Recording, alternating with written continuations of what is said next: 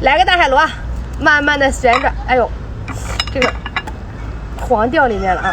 咱们先把这个黄给抠出来。哎呦，跟大家说一下海螺哪些地方不能吃啊？这个是它的苦胆，这个是它的鳃，然后这些都去掉啊。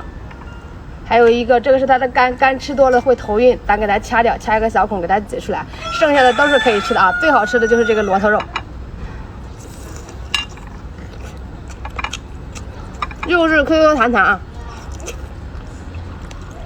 咱们家这款海螺肉就是用螺头肉做的，喜欢吃的来一份吧。